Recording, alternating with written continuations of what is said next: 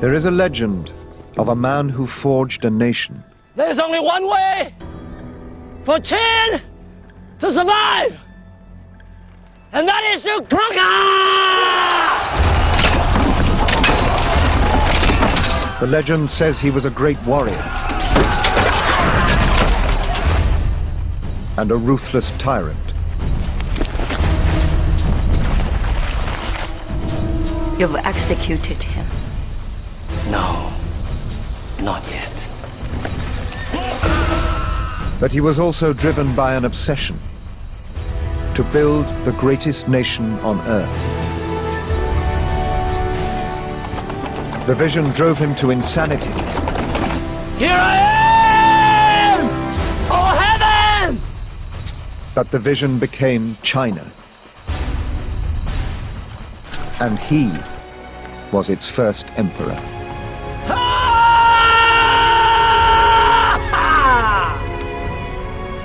I am the first emperor of the whole of China! Emperor Qin Shi Huangdi!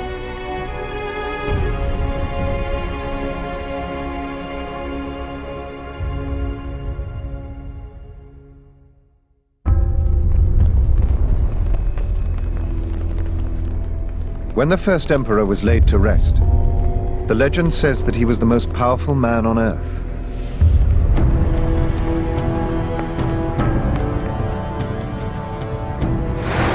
That for 30 years he'd subjected China to the most violent and bloody phase in its history. Yet he achieved the impossible. He unified a people.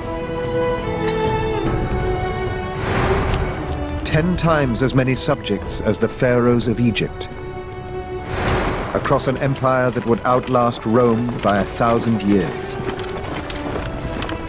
China was his, and he fortified it with the single largest structure on earth, the Great Wall. When the doors of his tomb were closed for the final time, the most fantastic part of that legend was born. The great ruler, it said, was sealed in a bronze model of his world, in the largest mausoleum on earth. Surrounded by rivers and seas of flowing mercury. And so the legend remained for over 2,000 years.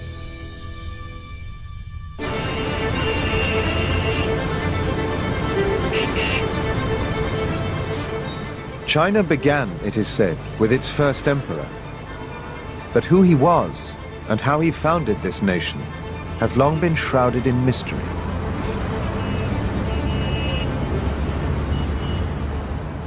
For 2 millennia, the only detailed information came from a single written history compiled 100 years after his death. The Shi Ji, the records of the grand historian Sima Qian, the foundation of the legend. We see the first emperor from many different perspectives, and we're able to sort of recreate the first emperor from the position of his high officials, from those who tried to assassinate him, from the kings who fought against him, even the ordinary person in the street. It's an entire world that Sima Qian has recreated for us. But for 2,000 years, all we had was this text. Then in 1974, archaeologists found the Terracotta Army. It stunned the world. And the greatest archaeological find of the 20th century provided the first real substance to the legend.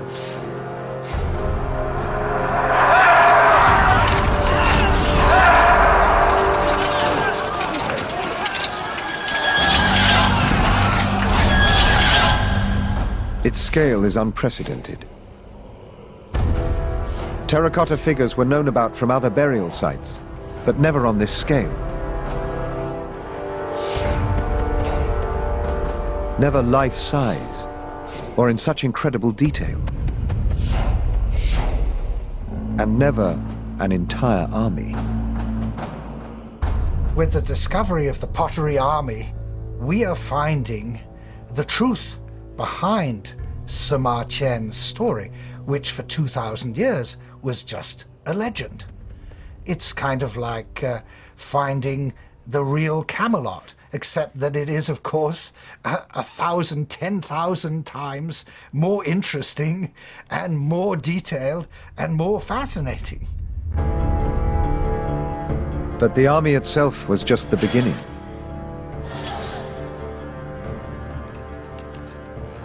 The researchers have so far uncovered over 180 separate pits, and they're still digging.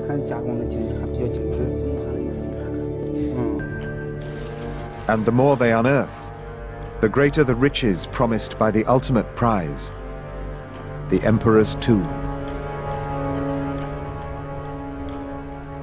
For 2,000 years, all that could be seen was a vast mound of earth, as big as the largest Egyptian pyramid.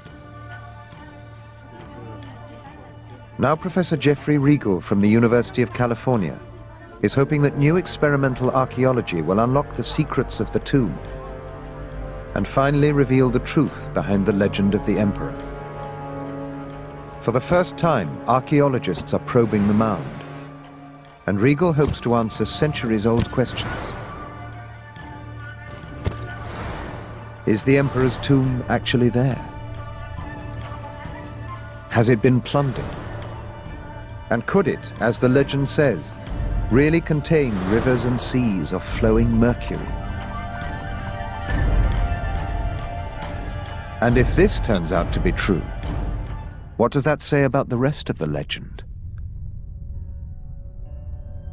What we knew from the historical texts, from these early stories, from these legends, was the tale of a person who seemed from those sources to be larger than life, almost impossibly large as a real figure, as an historical figure. But if someone could be responsible for a burial complex of that size, of that enormity, then yes, all of this now suddenly rings true.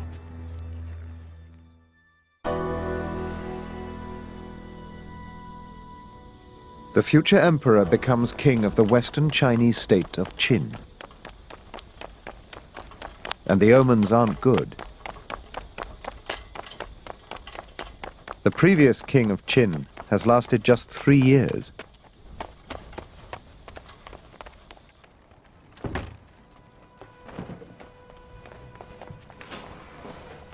Majesty, the king is dead. Long live the king! King Ying Jian is barely 13 years old. And the sharks begin to circle, hungry for power.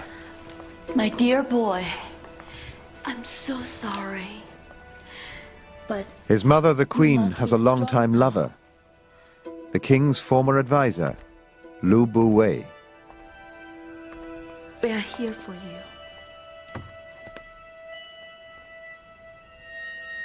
Majesty, it would be my honor to serve you as Prime Minister. Majesty. Let's not talk about these things tonight.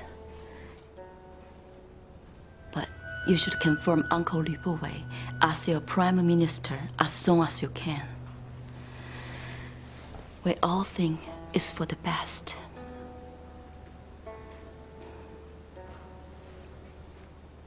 Sleep now.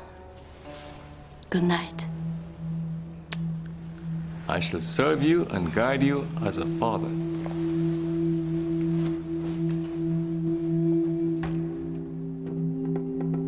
For Lu Buwei, this is the perfect opportunity to finally get his hands on the reins of state. You will get him to do it tomorrow, won't you, my dear? Be patient. Then why should we wait? This is our time to rule. all I need is his appointment.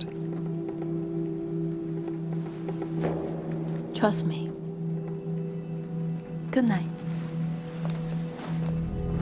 Nations like Qin have always been run as a feudal family business by men like Lu Buwei. But there is a revolution coming that will change all that. First here in Qin, and ultimately the whole of China.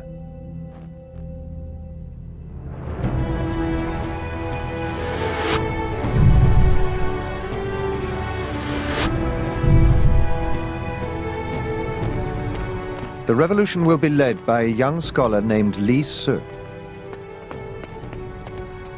Just months after Ying Jian becomes king, Li Se arrives at his court looking for a job.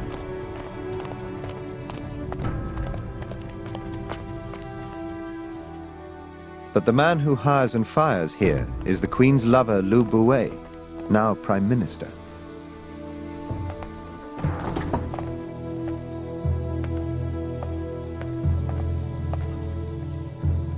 Impressed by Li Se's obvious ambition, he is quick to take him onto his staff. It's an impulsive decision he will come to regret.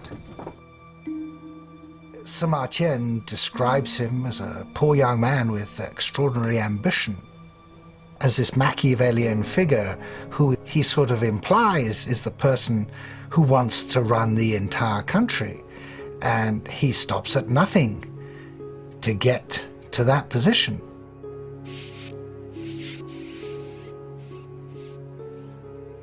I never expected rats in a royal palace. But then, why not?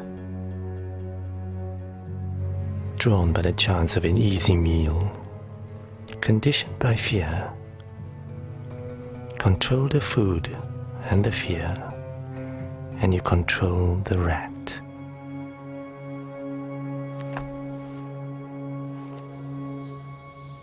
Same everywhere. Prime Minister Lu Buwei allows Li Se an audience with the young king without bothering to be present. We are the strongest state within the seas. By taking advantage of our own strengths and the weaknesses of our enemies. Surely, with the power Qin has at its disposal, it would be possible to completely wipe out the feudal lords, uniting the whole world under one rule. This kind of opportunity, sire, only comes once in 10,000 years. Yet destiny rarely ever creates a man great enough to take advantage. But I believe the great ruler is you, Majesty, and the time is now. Li Se awakens in Ying Jian a realization that real power is his. He just needs the courage and the vision to use it.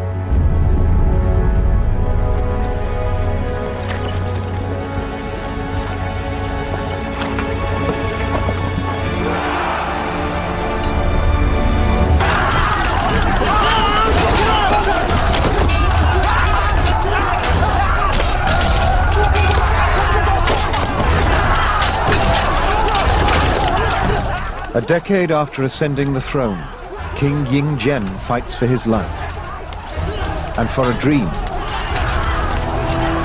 to forge a new nation, China.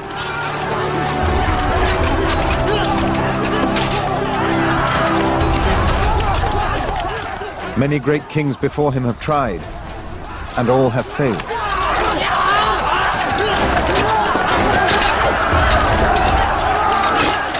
But this time will be different. Because Ying Jian is different.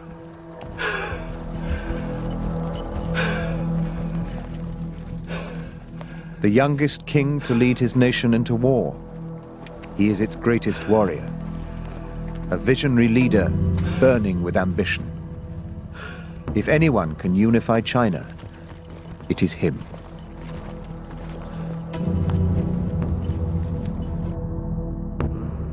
Ancient China is made up of 7 warring states. 6 of the 7 have been weakened by endless warfare, while 1 continues to grow at their expense. The state of Qin.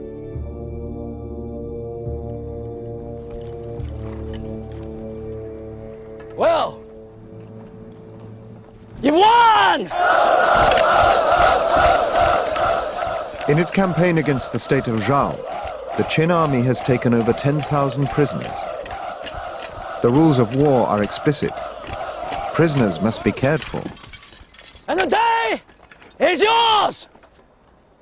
And this is yours!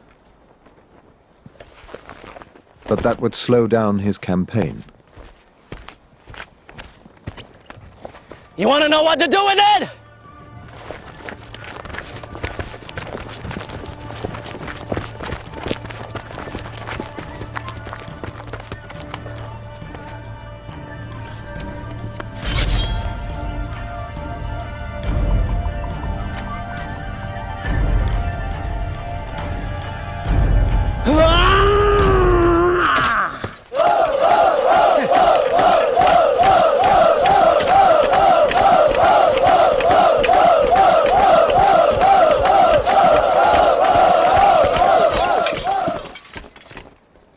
There's only one way to treat weakness, and that is to exploit it.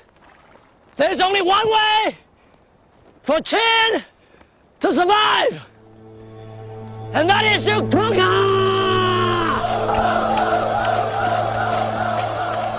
All 10,000 Zhao prisoners will be executed. And Ying Zhen defines his quest for empire. Bloody, utterly ruthless, and totally dependent on the army. For 2,000 years, no one had any idea what that army was really like. Yet now it can be seen, frozen in time.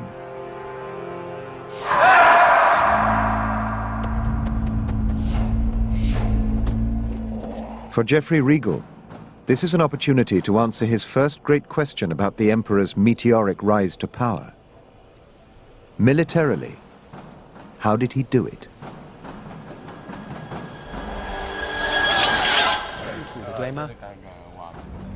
Joining Regal is Dr. Yuan, who has devoted his entire career to understanding these enigmatic figures and the military power of the first emperor. 1978年你开始挖的，排列的，相间排列。这个呢，总共是38路纵队的。对呀。 To date, they have unearthed over 7,500 individual figures. And in all respects, except living flesh and blood, these were real soldiers. The people who made these figures and arranged them were following real military procedures. So this really represents what the Qin army looked like. This gives us an idea of Qin military formation and the way in which the Qin army was actually put into the field. The big surprise was that the front 3 lines were highly mobile infantry. It appears these were the Emperor's shock troops. Behind them came the heavy infantry, who in turn were supported by columns of chariots. And sweeping up behind, a fast-moving cavalry. But it's not just the precision of the army's formation that has astonished the researchers. It's the weapons they carried. Only the metal parts have survived, but they are the finest quality bronze weapons found anywhere in the world. One of the most incredible finds is a sword, perfectly preserved after 2,000 years in the ground. This notch here in the sword shows us that this is a sword that was actually used. This was a sword that was wielded by an actual soldier. Professor Yuan has explained to me that this remarkable weapon is longer than any sword that existed before the Qin dynasty started to make these, significantly longer. Qin armorers managed to perfect the art of bronze making, to give their soldiers on the battlefield 30% extra reach and cutting power in close-quarter combat.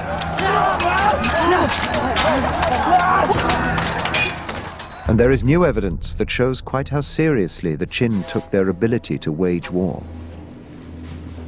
Oh, a Qin halberd, part of the bronze assembly at the top of the halberd.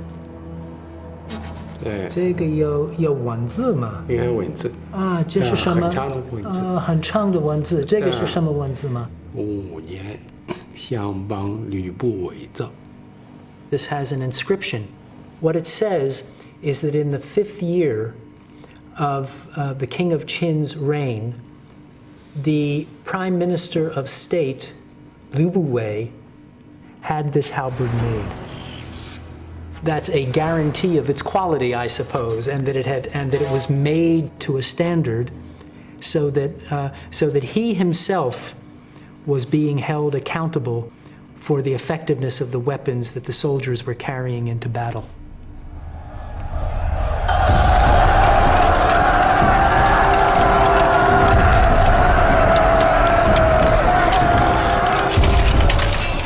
The well-trained, highly motivated Qin army, equipped with precision weapons and led from the front by a ruthlessly ambitious king, creates the perfect conquest machine.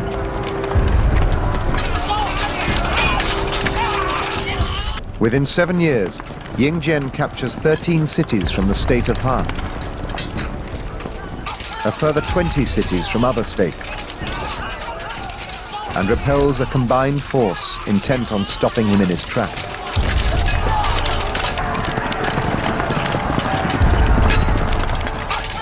But while foreign enemies are easily brushed aside, inside his own court, unseen enemies conspire to destroy him.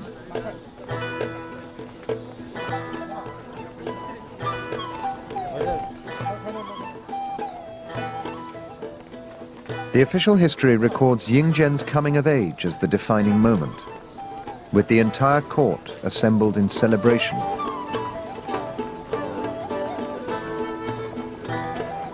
But not everyone's watching the show.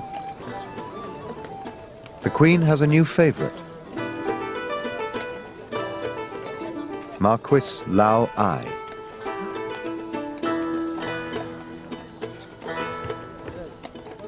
In the eyes of the court, Lao Ai is a eunuch, which is an odd choice of companion for a woman with a history of important lovers. But Lao Ai is no eunuch. He has fathered 2 sons by the Queen, who have been raised in secret. And he intends to place one of them on the throne.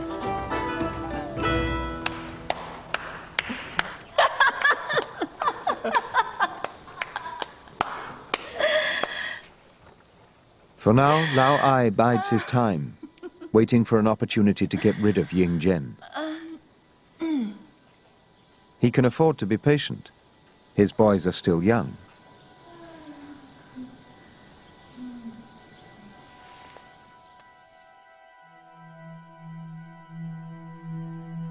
But young boys get sick. The Queen receives the message in secret and hurries back to her own palace. Without thinking, Lao Ai follows her.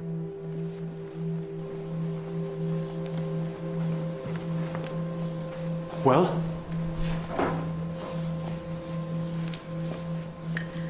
They're fine. Nothing wrong with them. Indigestion. Good. No, not good. In fact, very, very far from good. Fools, idiots, all of them! You're more stupid than them all! The Queen's palace is well outside the royal court, but increasingly within range of its many ears. thought they'd been poisoned or something. I was concerned like you. They're my boys. Well, we'll just see that then, shall we? King Ying-Zhen's spies are expected to pass back every crumb of information from every source, even the royal family. I'm sorry. They're everything to me. You're everything to me. I'll do anything to keep them safe, to keep you all safe. That's not enough, though, is it, Lao Lai? Not now. Not after this.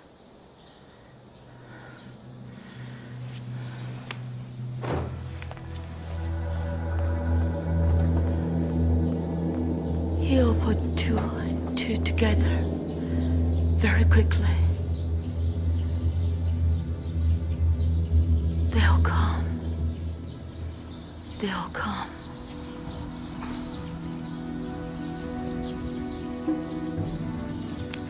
The Queen has kept her boys secret for years.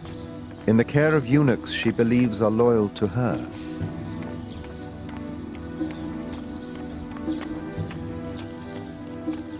But loyalties change quickly.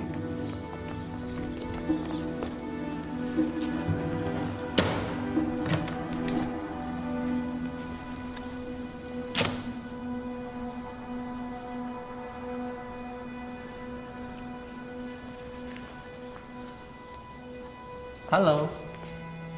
Hi. 过来，过来，过来，过来，过来，来这边跟我坐。来。哎呦 ，You are so heavy. Come in. Marquis Lao Ai makes his move. Realizing it's only a matter of time before he's discovered, he has stolen royal seals, giving him the authority to mobilize troops.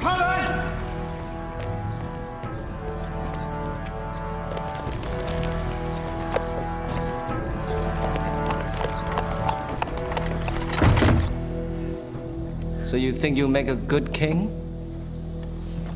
Yes.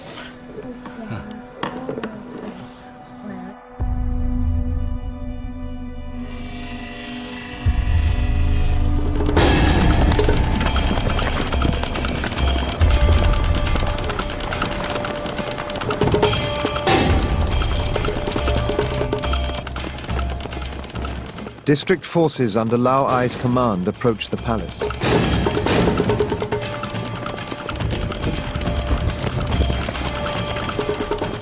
He knows his only chance is to catch the king unprepared, with the palace lightly guarded, and seize the throne.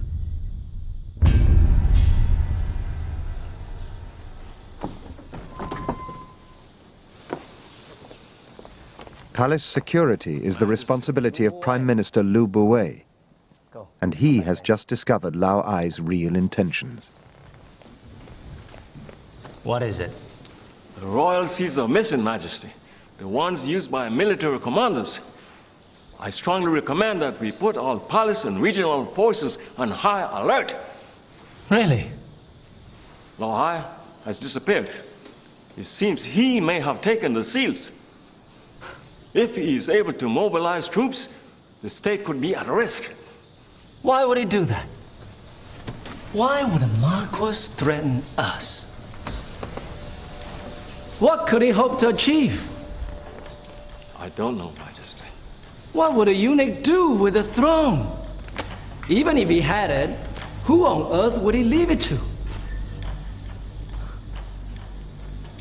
Eunuchs don't have successors, do they, Liu Buwei? Except, of course, this one does. 2 pretenders to the throne, courtesy of my mother. Some eunuch. I thought years ago he was castrated on your orders, I believe. I find the man responsible if I were you and have words with him. Now, if you don't mind, I think we have a rebellion to crush.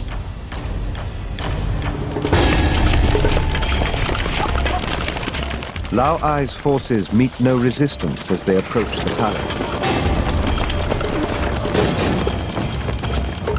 until it's too late to withdraw, and they advance straight into a trap.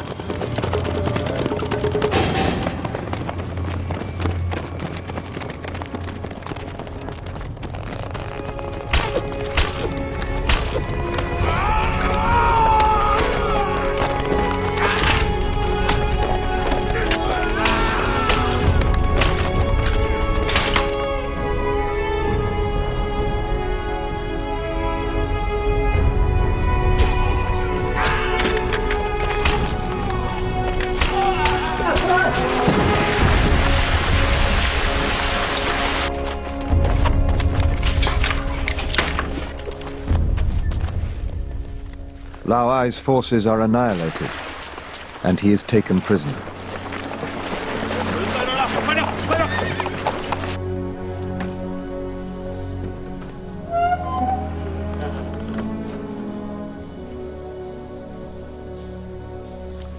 He said he did it for you. You've executed him. No, not yet. But I think you should come and say goodbye to Amherst Mr. Lau before we take care of him. I'm not going to let my boys say that. Of course not, Mama. Just you. The boys, they can stay. Come, Mama.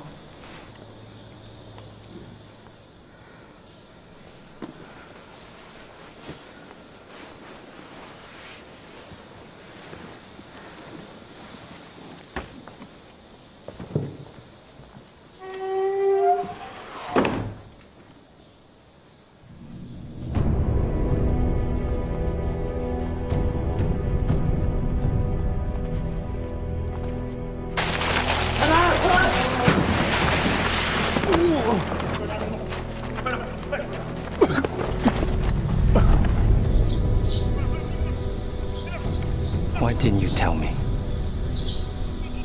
About Lao Ai. About Lao Ai, Yu Buwei. I'm not the first queen to take a lover. You've done more than that, Mama. Lao Ai's execution is designed to send a very clear and deliberate message. Soon to be reinforced by killing every single member of his family.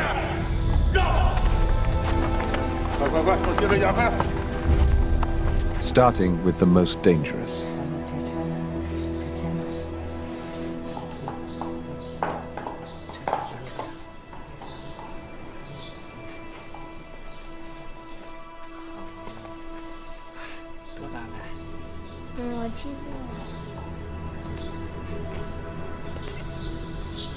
And the boys? Lao Ai knew you see them as a threat. They are not. Not now.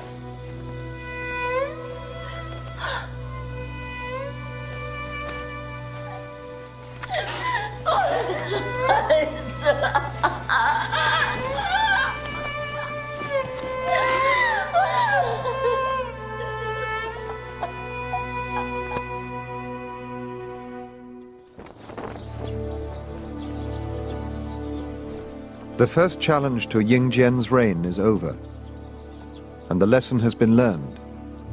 Ruthless control becomes the standard treatment for all, including his own family. His mother has conspired against him, and her sons have paid the price. Now Ying Jian is about to add his prime minister to his long list of victims. Lu Buwei is under sentence of death for failing to protect his king. A failure made more painful by the knowledge that the king is in fact his own son. Looking for forgiveness, Lu Buwei? Yes, for your mother. I don't see why.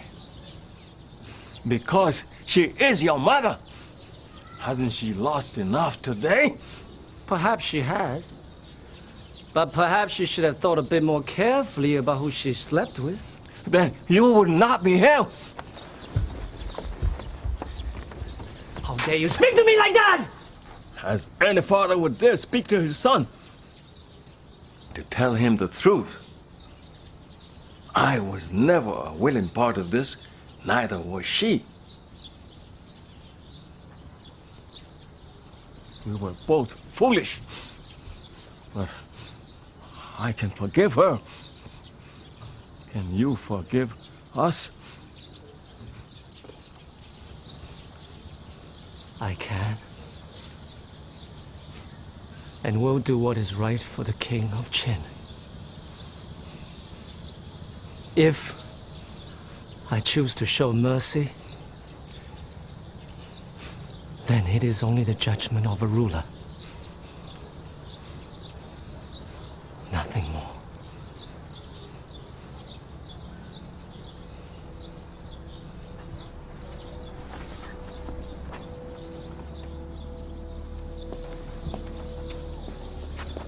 The Prime Minister is exiled from the king, his son, and the king's mother. Both parents' lives are spared. But within the year, Lu Buwei will commit suicide, a disgraced and broken man.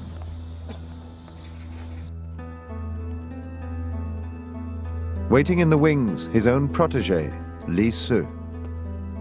He will be the new power behind the throne, perfecting a totalitarian ideology, ready to impose on a unified China.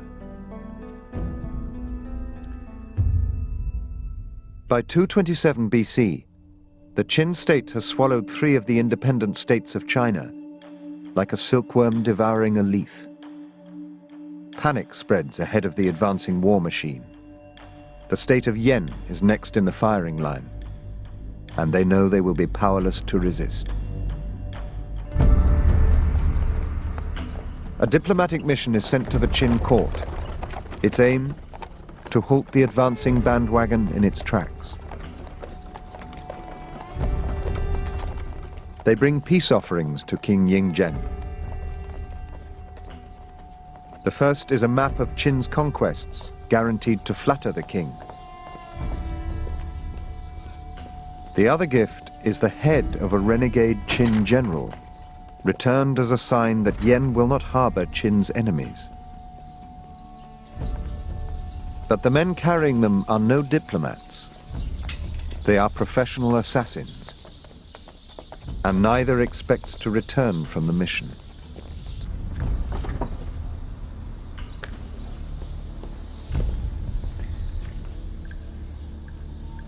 The plan is for one assassin to distract Ying Jian by showing him the head, while the second gets close enough to strike at his heart with a dagger. Bring it up.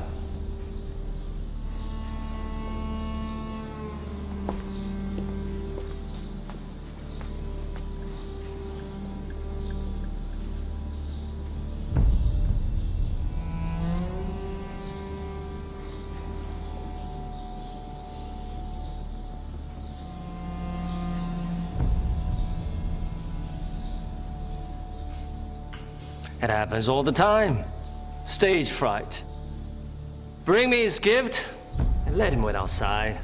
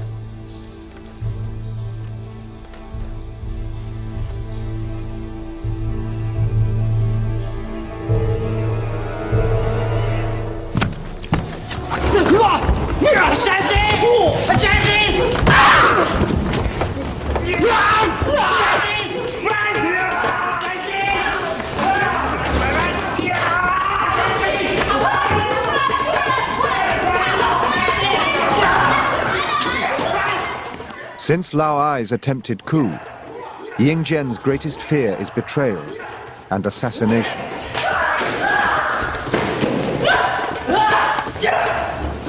Now no one in court is armed except him. And no one except him can summon troops.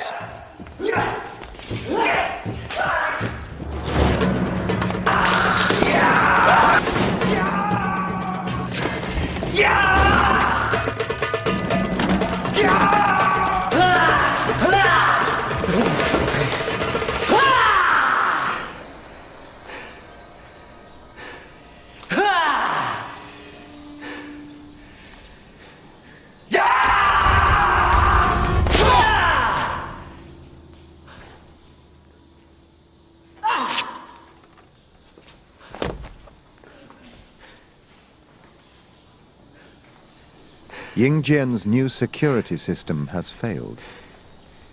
The great conqueror, the invincible king, was inches from death. And he knows it. Where are you? Where? A bunch of headless chickens? Farmers?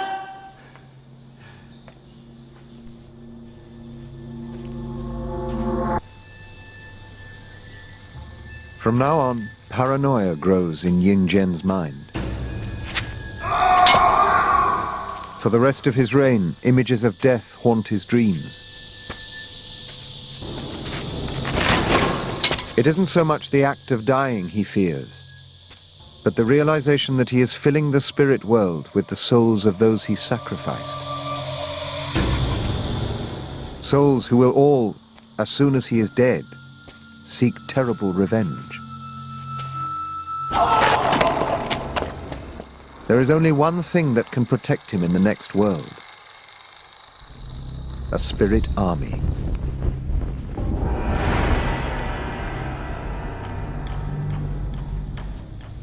Since the moment he became king, Ying Jian has planned for his own death. A tomb is being constructed, which by tradition will contain replicas of his most precious possessions, including his army.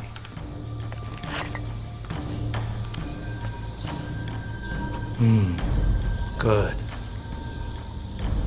That tradition will continue, Very good. but on a scale no one has ever seen before. How big is this supposed to be? Well, it's a simple question. How big is this going to be?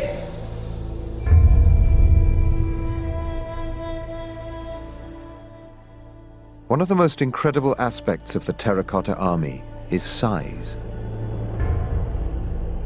Not just the army itself, but every member of it. Each figure measures nearly 2 meters tall, an army of giants by the standards of the time. Chinese kings were known to bury miniature terracotta soldiers as spirit guards for the afterlife. never a full-sized army with state-of-the-art weapons. He felt that in death, that the spirits of his enemies might actually attempt to attack him, and so he needed a spirit army. These clay soldiers whose very substance would last forever, he would need them in order to protect him from these spiritual enemies that he'd had before. But it seems even the terracotta army was not enough.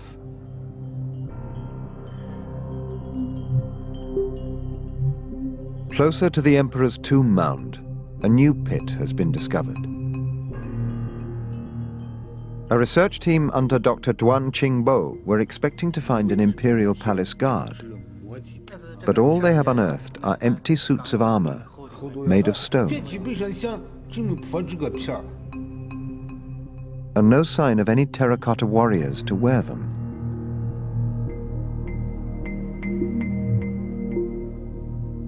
Riegel believes the evidence points to an emperor more and more obsessed with death and betrayal. Hey, Duan Qingbo. Oh, 你好，你好，你好，近来怎么样啊？挺好的，挺好的，你好。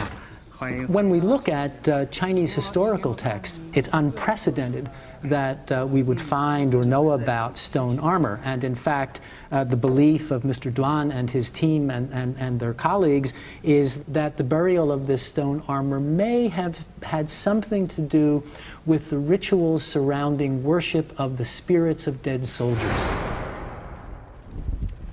who suffered violent deaths, whose bodies then could not, were torn apart, could not undergo the proper kinds of burial ritual.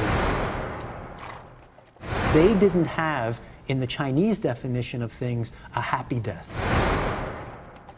So something had to be done for them, because otherwise they might become vengeful spirits. They might turn against the first emperor himself. So here, in this pit, something is being provided for them.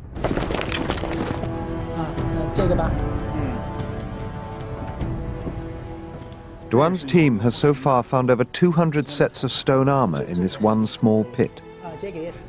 But this excavation is just the corner of a pit as big as the terracotta army. Tens of thousands of stone armor suits were made ready for the spirits of dismembered Qin soldiers.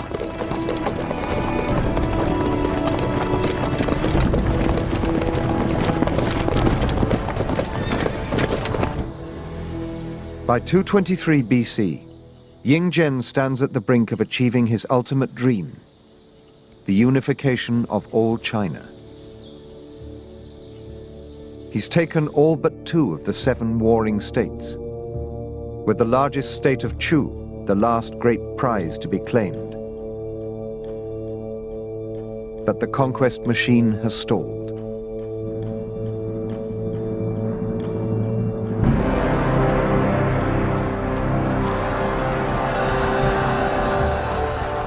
The Chu army has destroyed his first invasion force, and they're more than ready to do it again. Now 500,000 Chu soldiers threaten to end Ying Zhen's dream of empire. In a desperate bid to overcome them, he commits everything he has. New provisions, better weapons, and 500,000 more men. Now 2 vast forces of equal size face each other, and the fate of China hangs in the balance. – 223 BC. The Qin army has dug in for a long siege of the state of Chu.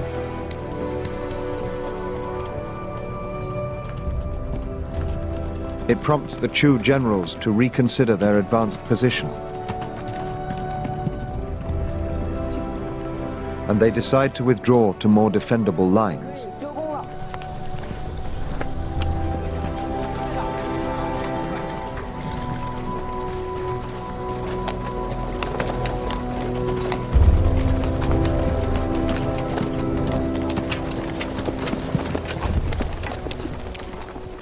But the Qin encampment is an illusion. The entire force is primed and ready to move.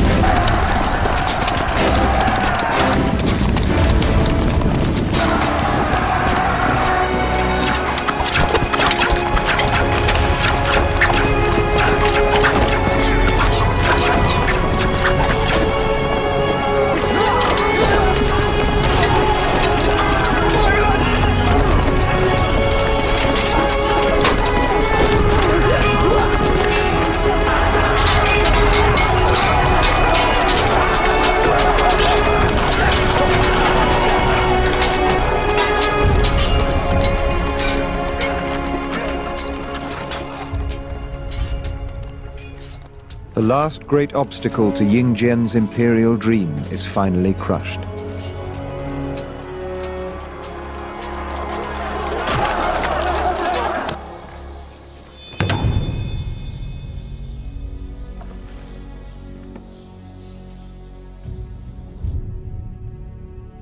The sole remaining independent state of Qi succumbs without a fight. By 221 BC, the ultimate prize is won. Qin is now China. His China. At the age of 34, Ying Jian is crowned with a veil of stars, symbolizing the divinity of China's first emperor.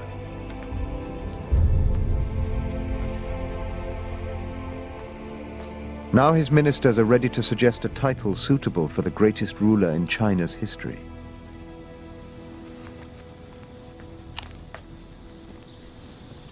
Your Majesty, we, your ministers, have deliberated for many weeks. There are precedents upon which we can draw for the title for such a great ruler as yourself. Of old, there were the celestial sovereign, the terrestrial sovereign, and the great.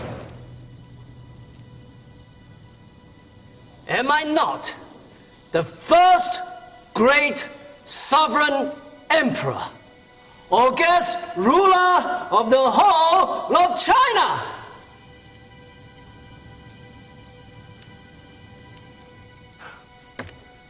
Or am I missing something? Majesty, your vision humbles and inspires us. It shall be so.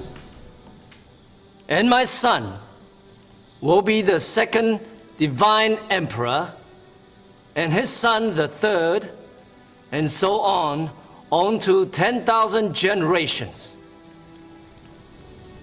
Your Majesty. He called himself Qin Shi Huangdi. Literally translated, this means he was the first august god of the Qin. He regarded himself not only as a deified figure, but as an initiator, a creator, someone who was beginning a long lineage. And so, with the help of his chief minister, Li Si, the first emperor, Qin Shi Huang, put in place a system of governance that would long outlast him. Li Si, who arrived as a young scholar the year the emperor came to the throne, has now become the power behind it. For 20 years, he's perfected a system which will totally sweep away China's feudalist past. But not everyone is ready for the revolution. Most illustrious divine august emperor, the feudal lords are destroyed. May we recommend that the sons of the imperial household be established as the new feudal lords. Everyone expects that with unification, the feudal order will continue, with power and privilege taken from the emperor's enemies and given to his family and friends. Your divine purpose. May it please His Majesty to give his consent. But they are in for a shock. Li Su. Only Li Su has correctly read the new political climate, because he created it.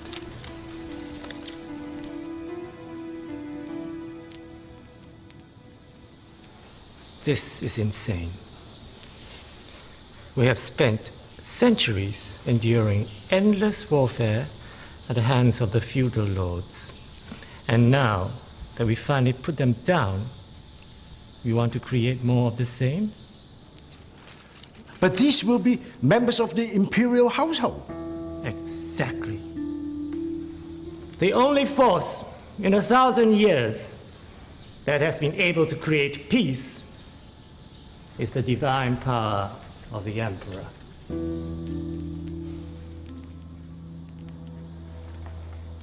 To maintain peace, this force must remain undiluted by family ties. There must be no loyalty but to the Emperor, and his divine power must be executed in the most efficient way possible through officers who have no other interest except to fulfill his divine order. Without this, the chaos and warfare will return, which, of course, we do not want.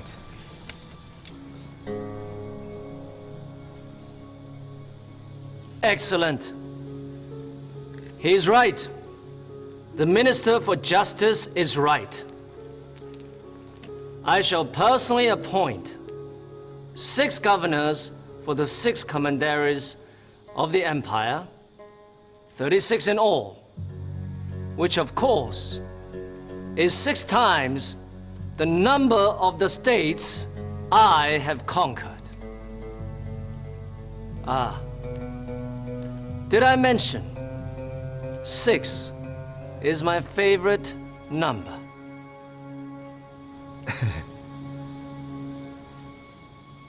Li Su's totalitarian philosophy is called legalism. And there is evidence that shows how total the power of that new regime became. Professor Roel Sturks has been deciphering a series of legal texts from the tomb of a minor official in the distant reaches of the new empire. The text set down rules that governed every part of every citizen's daily life, and the punishments for transgression. If you look at the punishing system in the Qin legal system, then physical punishments that include mutilation, tattooing, for example, tattooing the body, tattooing the face, cutting off parts of the limbs, these were traditionally among the most severest punishments. For example, there's one provision here that says if you have 2 people, Texas, fornicate, then they ought to be sent off to the market, which is a polite way of saying that they will be beheaded on the market square.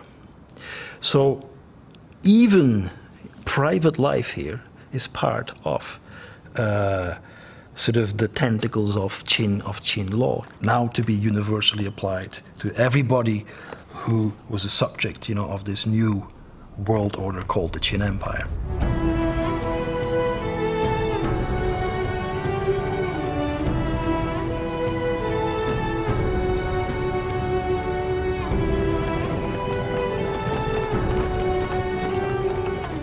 In 220 BC, Emperor Qin Shi Huangdi sets off to survey his new empire.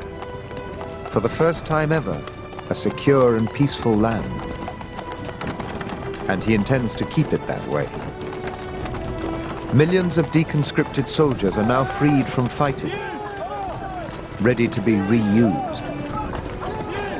The empire is won, but it must be secured with a great war.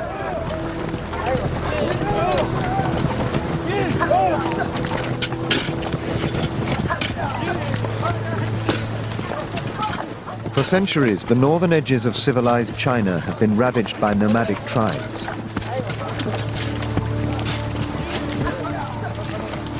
And though the frontier towns have had defensive walls, there were always plenty of gaps. Now that will change.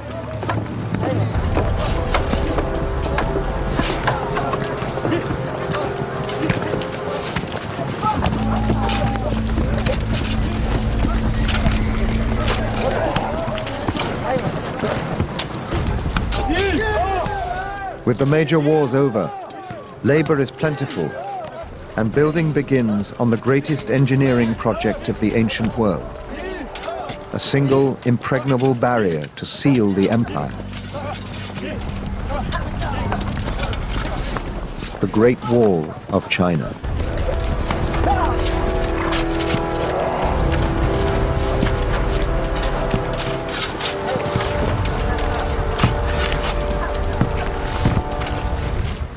Made of compacted earth, it is 10 meters high and 5,000 kilometers long. At its peak of production, the records say over 1 million people are enslaved to build the Great Wall.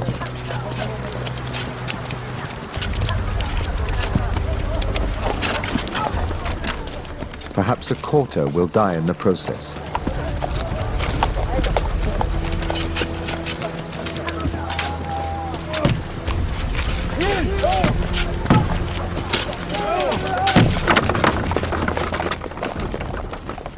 And the emperor's demands on labor keep on growing. With the empire secure, he turns his eyes to the fulfillment of his next great vision. A tomb befitting the first divine ruler of all of China.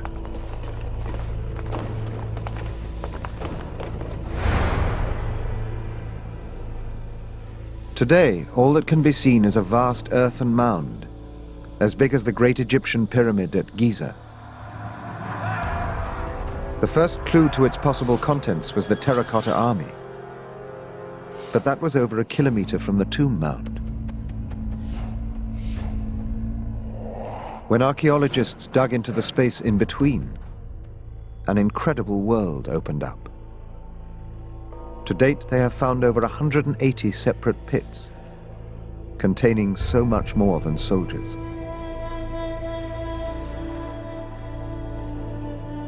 Hundreds of terracotta dancers, musicians, and acrobats were built to the same exacting standards as the emperor's precious army. And the imperial craftsmen, freed from making weapons, created perfect birds to stand in the artificial lakes of buried gardens.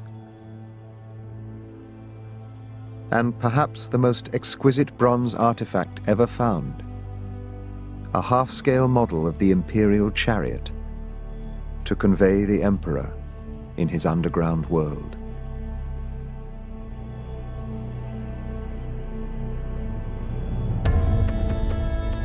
The burial mound, it turns out, is in fact at the center of an enormous necropolis, an above-ground and underground city for the first emperor.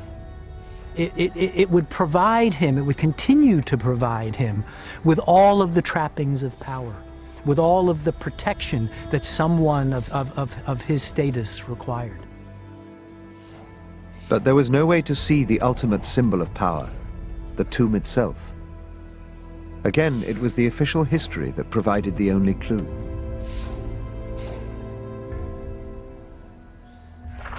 But this time, the account seemed too incredible to take at face value. 令将作记录时有所权尽者，既设之。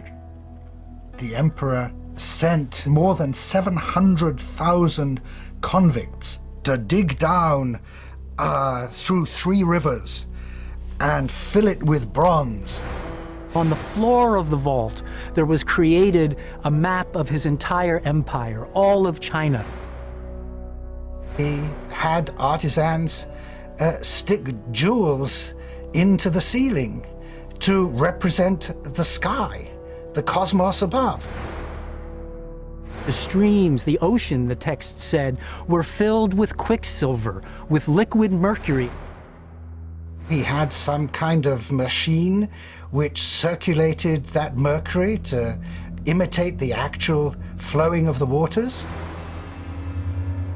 That it would be a kind of water clock, a machine, and that as long as it kept running, the emperor would continue to exist in his enclosed world. A bronze tomb filled with liquid mercury. The idea seems beyond fantasy. The weight of the mercury alone would be thousands of tons. Even though China had mercury ore in abundance, how could one man command such resources? And could it be proved?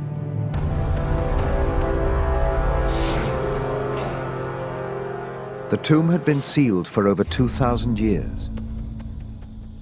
But there was a way in. Using a new combination of techniques, including ground-penetrating radar, electrical resistance measurements, and core samples, the research team under Duan Qingbo have been able to build up a three-dimensional model of the entire underground complex. Beginning with the outer walls of the necropolis.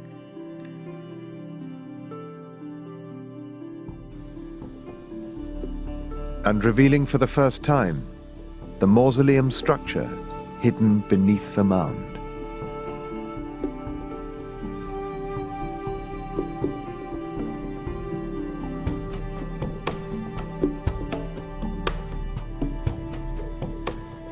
The first surprise was that the mausoleum appears as a vast divided pyramid, with passages leading to the tomb from the east and west.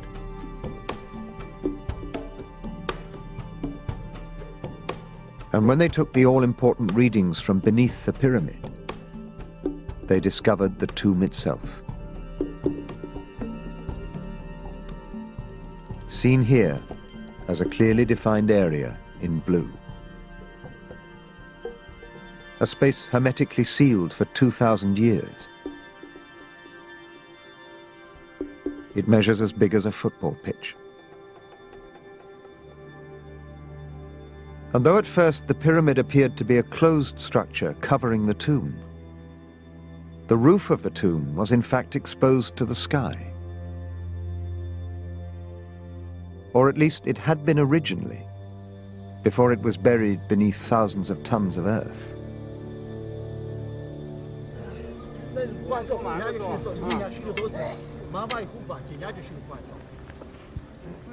Duan and his team have been probing the tomb mound for almost a decade, tracing the shape of the pyramid beneath their feet with a series of over 4,000 core samples.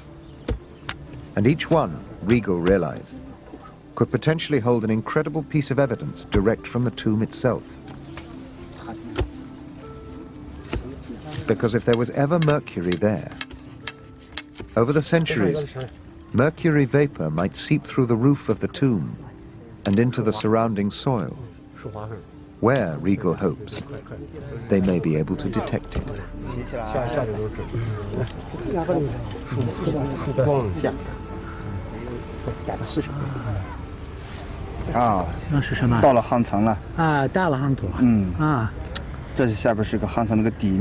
Samples of this sort enable us to see the supporting structure, the rammed earth structure that's supporting the entire mound. But of course, what really interests us is what is the burial like. So, if the legend about the emperor having placed in the base of his tomb a map of all of China, of all of his empire with rivers of flowing mercury, if that legend is true, then we can expect that a test of this soil will tell us whether or not it's true, will either provide us with corroboration or won't. The Chinese archaeologists have no immediate plans to excavate the tomb. They have no way yet to preserve its contents, and no desire to disturb the emperor's spirit. So for the foreseeable future, The mercury test may be their only way to understand what's inside. Each of the 4,000 soil samples from the tomb mound has to be individually analyzed for mercury content. That process has been ongoing and is almost complete.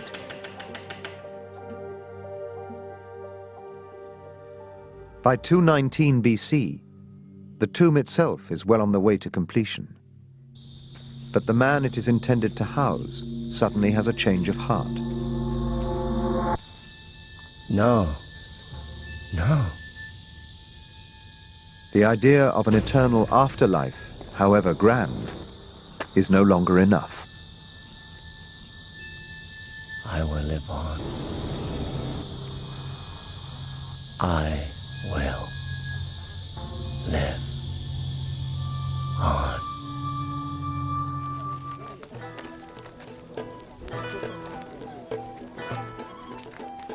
The emperor is once again on the road. He no longer trusts the security of his own court and has started taking practical steps to extend his life. His doctors prescribe repeat doses of something long believed to increase longevity: sex with multiple partners.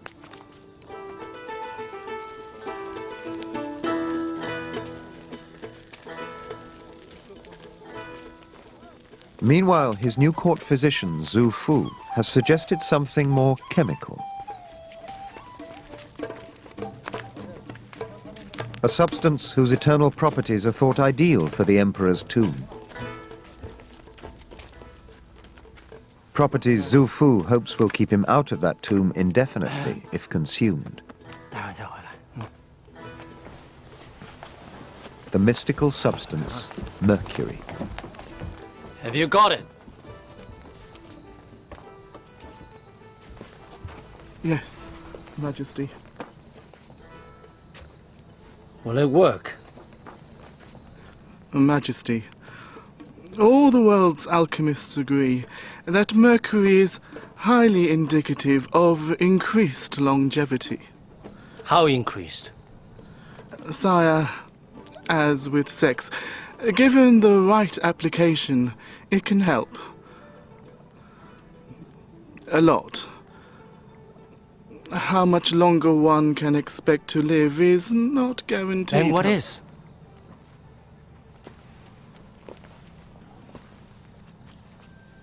Where does it come from, Zhu Fu? Immortality. Where can it be found? Why do I, the first divine sovereign emperor of the whole of China, not have it? And if I do not have it, who does? Sire, there is a legend of a place where the immortals live. A series of islands called Panglai, where we believe the immortals reside forever. There are two types of elixir, one to restrain the flight of the Hangzhou upon death. Bind them. Majesty? You will go there, find them, and bring them back to me. And then you will personally administer them to me. Majesty. But the whereabouts of the islands are unknown, and I have no means to get there, even if I knew where to go. Give him whatever he needs. Yes, Majesty. This is an imperial mission, and my missions do not fail. No, Majesty. Do you believe me?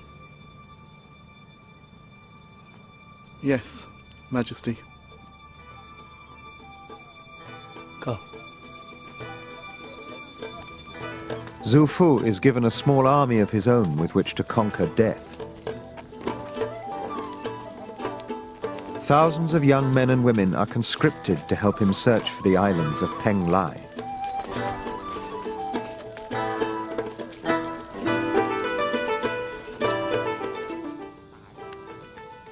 Meanwhile, the emperor takes his first course of mercury pills. If Xu Fu is right, it might help hold back the years until the elixirs can be found.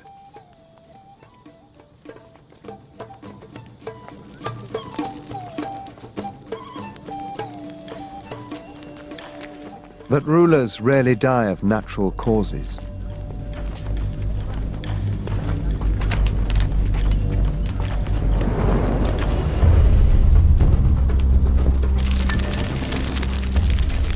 Accident or attempted assassination, history doesn't record. But the real cause of the fire in the caravan makes little difference.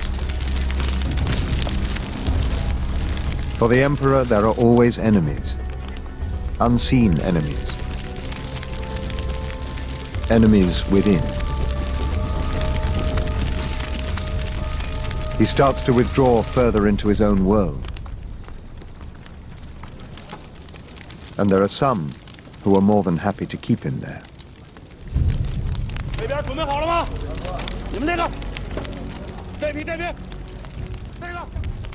Li Su, now promoted to Prime Minister, has been left free to expand his totalitarian state beyond the mundane rules of life.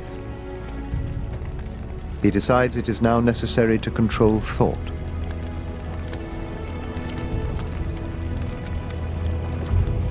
And the most obvious step to cutting off free thought is to cut off its supply of ideas. Entire libraries of bamboo scrolls are burned. What is the purpose of writing? To hold information. Some information is useful for the greater purpose. Agriculture, medicine, and we will keep that safe in our hands. And our history, real history, is what we are making.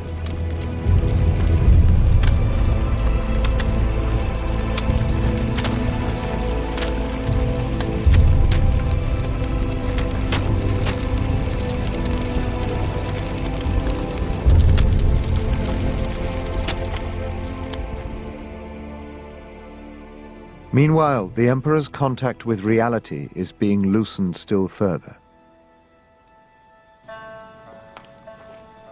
Aided by his mercury consumption.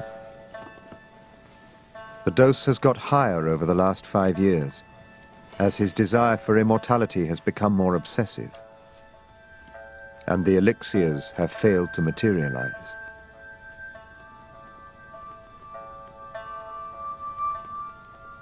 But far from prolonging his life, it's actually having the opposite effect. Take it away. Liquid mercury was known to Chinese alchemists as the only substance that could dissolve the eternal, incorruptible metal, gold. To the ancient mind, it must have seemed like a supernatural substance. There was nothing like it. I mean, the natural inclination is to think it has some power, that maybe if you took it into your body, then it would pass this magical property onto you and even perhaps help you prolong your life. But not in its liquid form. Pure mercury cannot be absorbed by the human body. So the Chinese alchemists made soluble compounds they knew were easily digestible. And this, it is believed, is what the emperor took for years. The more he took it, in whatever form he was taking it, the more dangerous it was going to become. As more and more mercury is absorbed into the body, then it begins to attack the nervous system. So slowly you'll get a slight tremor, and that will get worse and worse. But the damage that's really being done to your body is in the brain. Begin with, you become talkative. Later on, you become slightly aggressive. People became very confrontational. They were obsessed with being watched. But eventually, of course, it becomes total paranoia. This is from Gangju.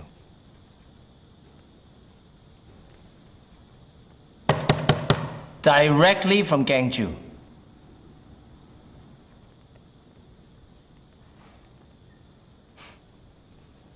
Well, how do they know where I am? Well? Anyone revealing the Emperor's whereabouts is under instant sentence of death.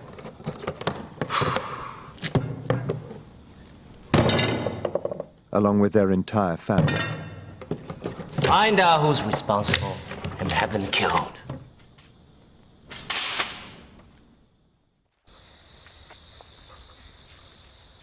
Seven years after Qin Shi Huangdi began his quest for immortality, the mercury is starting to poison his body as well as his mind. Among other things, his kidneys are beginning to fail.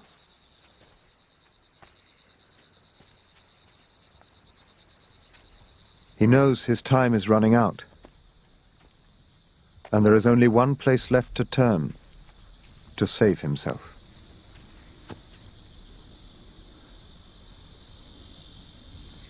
Here I am! Oh heaven! Your divine Son speaks!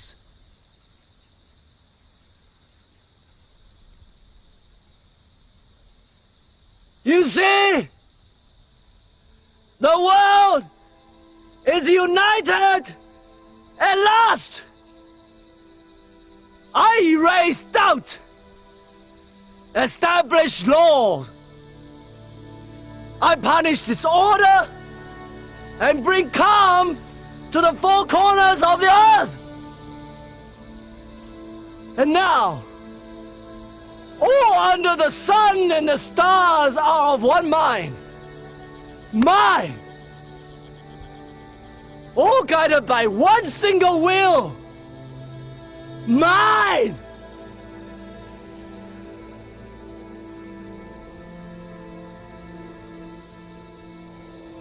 And one day, I shall be gone. I shall be gone.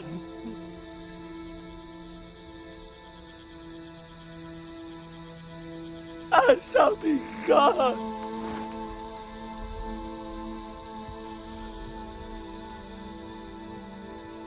Give me that divine power.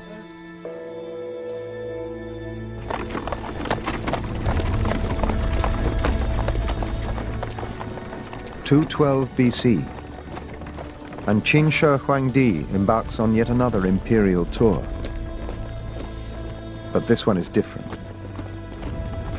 Where once there was a prosperous and powerful nation, today the nation rots. The land is starved of labor for the emperor's great projects. Famine looms,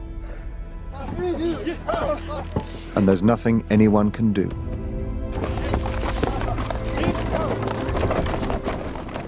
The legalist system takes orders only from the top.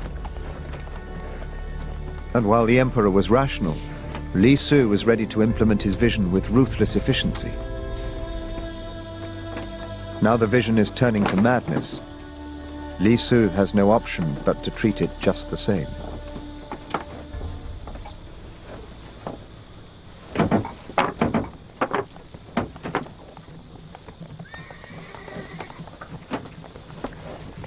Li Su?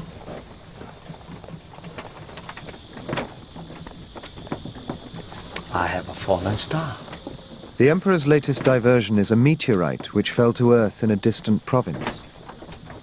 To Qin Shi Huangdi, it is a sign that his call to the heavens has been answered. Do you know what it means? No, Majesty. This is a divine message. There will be no after Qin Shi Huangdi. Majesty? You don't suppose that I'm just gonna die? Of course not. We're searching for the elixirs of Peng Lai. Su Fu failed, didn't you know that? Never came back. I sent the spies to find them, and do you know what they said to me?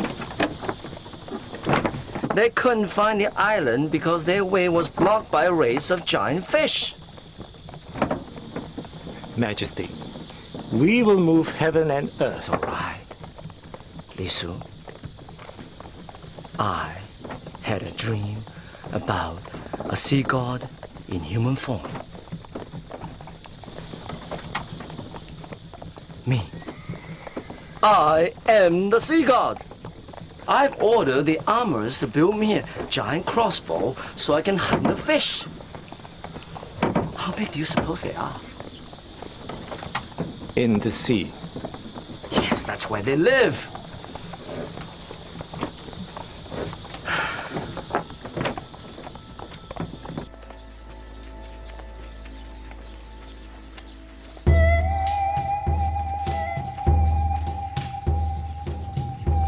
Forward, soldiers. The historical records say the emperor reached the island of Zifu on the coast of China in the 10th month of 210 BC.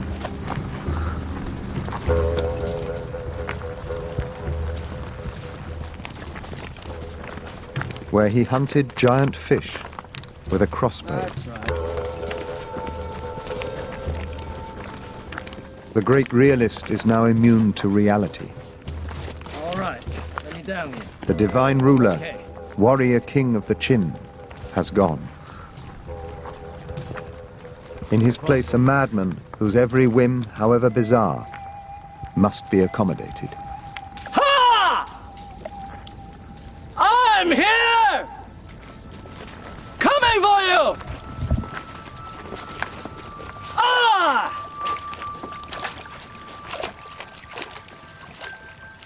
I am the first sovereign emperor of the whole of China! Emperor Qin Shi Huangdi! And now, I command you to let my people pass!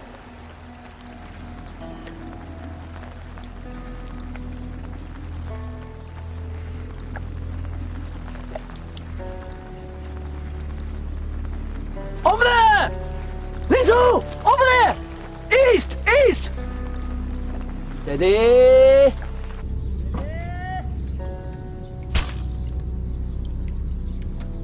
I got it! Li Su, you see that? I got one!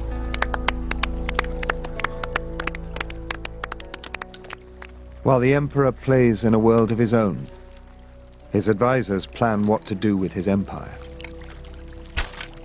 Once his poisoned body has gone the way of his poisoned mind. Wow! Yo! Two! Li Su! The emperor's eldest son is his natural successor, and he's known to be as strong-willed as his father. With Li Su is a senior eunuch named Chao Ke, and one of the emperor's younger sons, Hu Hai. An altogether different proposition. If we let things proceed by natural order, we'll get another pig-headed maniac. And the system will collapse. And what is so wonderfully natural about that? But there'll be a moment when things can be allowed to change. There always is.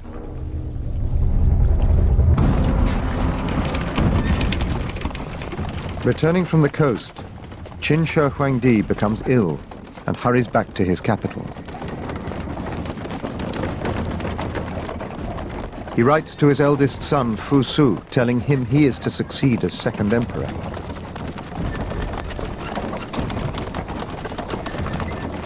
But the imperial convoy never makes it home.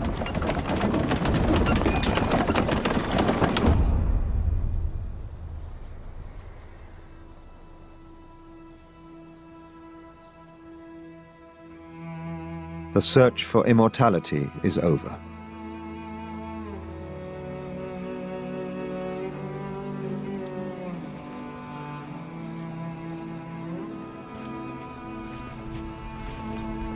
Majesty.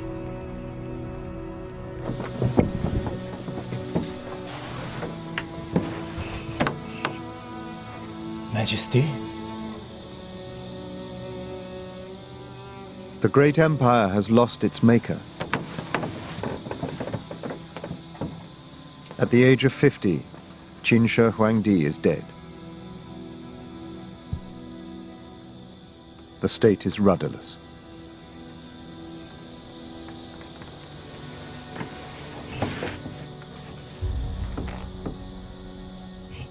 And this is exactly the moment Li Si has been waiting for. He decides to keep the death secret, to give himself time to put his plan into action.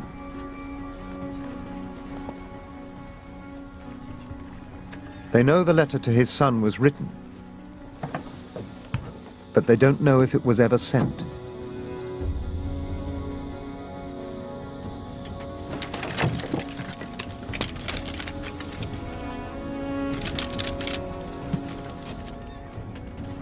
Their luck is in. The letter is still there.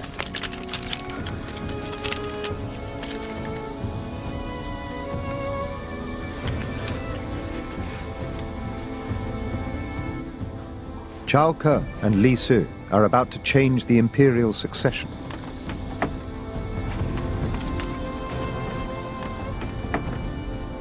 And it will bring the empire to its knees.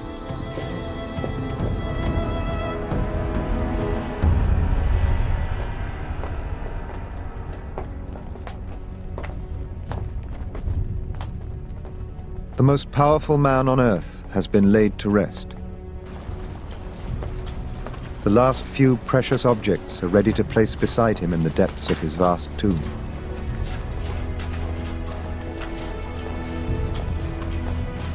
But while the formal rites proceed according to the emperor's wishes, outside in the imperial city, a power struggle is underway.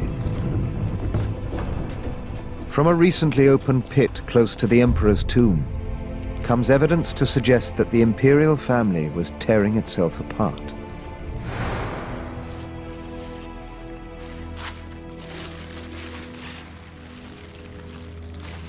Professor Yuan thinks that the death of this individual was very much linked with the struggle for succession after the death of the first emperor. What is remarkable is that there's an arrowhead embedded in the base of the skull, here, behind the ear. It looks as if this is a person who was shot at close range. That means, of course, that this was no accident. This was an assassination.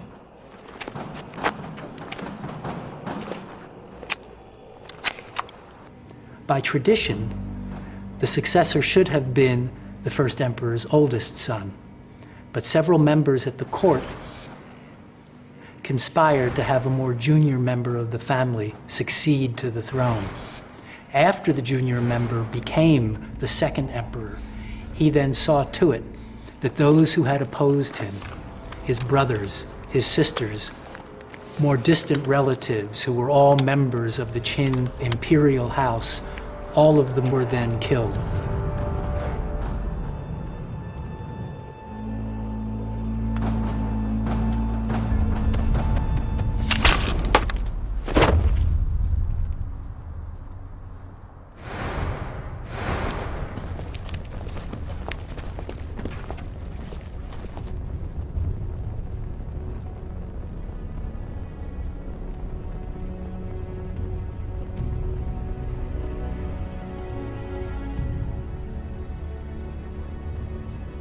The emperor is ready for his final journey, and he will not go alone.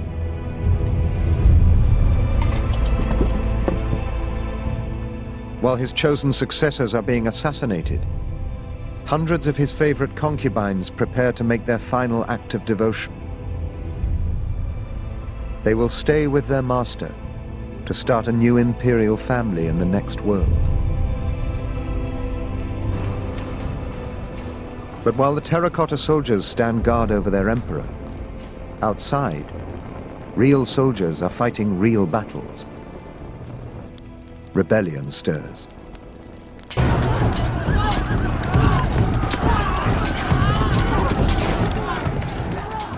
And there is evidence that graphically shows how far that rebellion spread, right into the compound surrounding the emperor's tomb. The stone armor reserved for the emperor's dead soldiers shows clear signs of an intense fire that swept through the burial pits.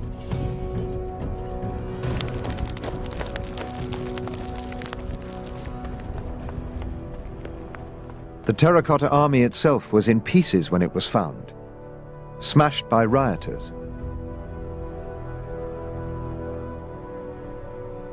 The one area the rebels would never reach is inside the tomb. This is the emperor's final resting place, and he must never be disturbed.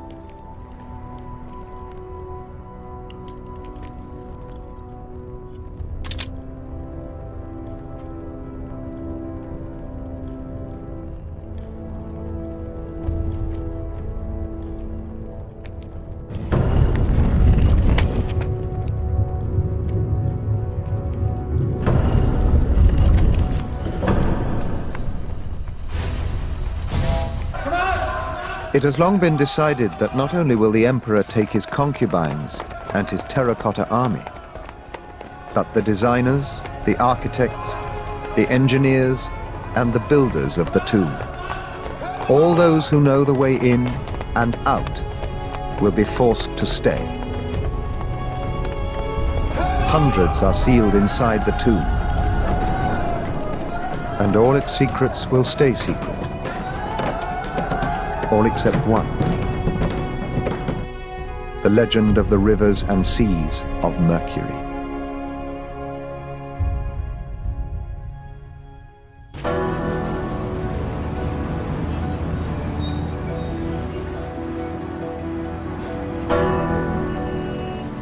"4,000 soil samples taken from the tomb mound of the first emperor have been tested at Beijing University for traces of mercury.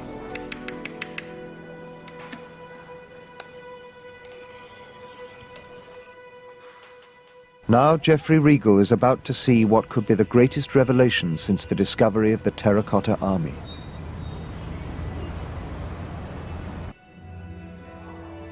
He's come to meet Dr. Liu, who's been processing the samples. And the results are ready. The first piece of news is that there is mercury there, in huge concentrations. And it's not just found anywhere. Each red dot is a core sample. Each blue one, where mercury is found. The dark blue show the highest concentrations. And all of it within the actual tomb. Oh, well, this is an extremely interesting map. This concentration here corresponds to Bohai, the sea that we know the first emperor visited in his search for immortality. This concentration in the south and southwest would correspond to the great marshlands, the great wetlands of the southwest, and the Yangtze River. It's just startling, in fact, that one would find, confirmed so neatly, one would find such a striking and exact correspondence between scientific evidence and ancient legend. So, yes, indeed, just as described 2,000 years ago, when the first emperor had his underground palace created, he did indeed have a map of his empire. He did indeed have all of the rivers and seas represented, and those rivers and seas flowed quicksilver, liquid mercury, forever.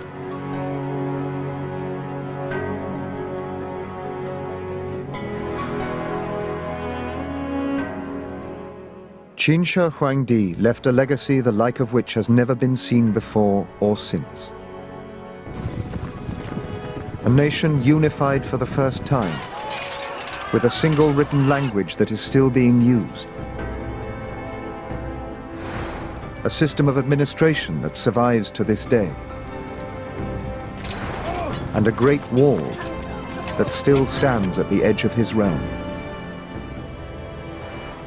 But more than anything, Qin Shi Huangdi created the idea of China, a people and a land as one. Perhaps his desire for immortality was realized after all. Here I